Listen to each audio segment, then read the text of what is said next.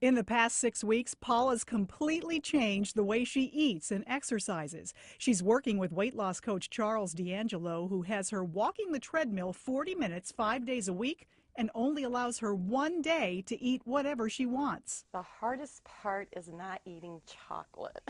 But she's also lost 14 pounds since the middle of January. The easiest part is grocery shopping. Paula says her fridge is a lot cleaner. 6 weeks into the plan, her one regret is that she doesn't have the exercise nailed down the way Charles would like her to. His exercise program is very, very intense because of the incline that he wants me to use. And I have a little bit of a knee issue.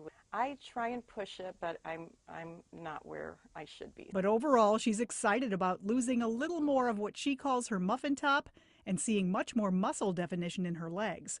I wanted to know if she's cheated at all along the way. Confessions? I don't know, is Charles going to say that? Not talking about any kind of cheating that she's done, Charles. I don't think she Because really she has. doesn't, No, Kay. she doesn't. You're exactly right. Weight loss coach Charles D'Angelo is here to talk about Good to Paula's see you. progress. Good to see you. Thanks for coming Absolutely. down. She looks fantastic. She's done a marvelous job, really working hard. And you don't officially see her again until tomorrow. Tomorrow, then for a I'll get check-in. the update as far as how she's doing with her weight loss and how her clothes are fitting and everything else. But you said you could see from just watching her on the video. She looks different, doesn't she? Yes, absolutely. From a month and 2 weeks ago, you can already see a change in her face, a change in her midsection. She reported to you her energy's better. Now she's working with some things with the exercise, which she kind of mentioned. So she talked about the fact that her knee is holding back her progress. She has this bum knee that doesn't always work the way she wants it.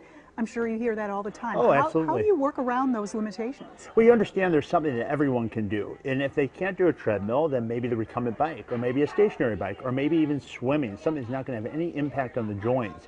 They just need to find something to get their heart rate up, even if it's buying one of those pedalers off of QVC and putting it in front of the chair and simply pedaling. There's stories of folks that are over 450 pounds that their exercise is sitting down in a chair and standing up, sitting back down, standing up for a half hour. Wow. Just get your heart rate up and get moving. There's hope for everyone if you're committed to making the lifestyle change that you should make. Because you don't have to plan to run a marathon, just do those little things throughout the day. You have to make sure that you take it one step at a time and also be very strategic and make it at a time that's not going to be interfered with. So many people, Paula in particular, with travel and everything that she faces, it's always a challenge to find time. We all face that. But when you make it a must for yourself, when you say every morning at 5 in the morning or 6 in the morning, you're going to make time for exercise, or if it's the latter part of the day after work, that's fine too.